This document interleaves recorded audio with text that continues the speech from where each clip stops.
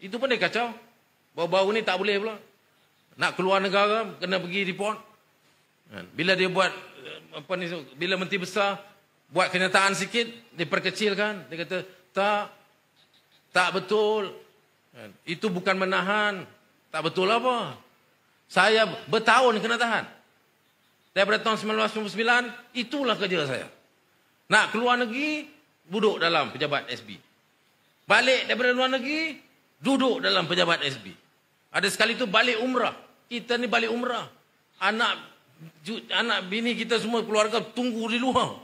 Nak peluk kita ambil berkat umrah ni. Kan? Orang balik Mekah, tunggu berapa jam.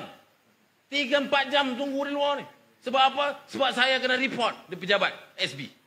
Itu saya. Saya masa tu ketua muda. Ketua pembangkang. You nak buat apa okey lah.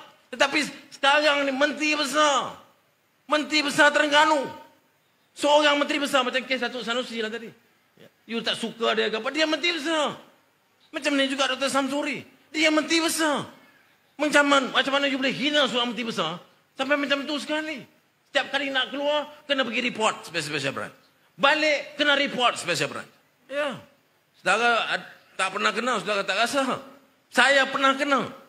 Saya boleh rasa. Saya boleh rasa apa yang dia rasa. Dan saya boleh rasakan. Saya masa itu muda. Saya pembangkang. Marah. Tetapi saya akur. Kerana saya pembangkang. Tetapi Dr. Samsuri, menteri besar, saudara, dia buat macam tu. Saudara bayangkan. Mengapa mereka buat macam itu? Inilah dia. Ketakutan. Menekan. Tak bagi ruang. Bagi mesej. Buat tindakan-tindakan zalim ini untuk apa? Untuk bagi mesej, kamu jangan lawan. Kamu jangan cakap banyak. Kamu jangan sentuh aku. Jangan sentuh keluarga aku. Jangan sebut kes aku. Sebut, aku akan kacau kamu. Ini mesej dia. Ini mesej kezaliman, saudara. Ini mesej Perdana Menteri yang zalim. Yang menjadi presiden kepada parti keadilan. Nama keadilan. Tapi menggunakan kezaliman. Untuk mempertahankan dirinya yang dalam ketakutan.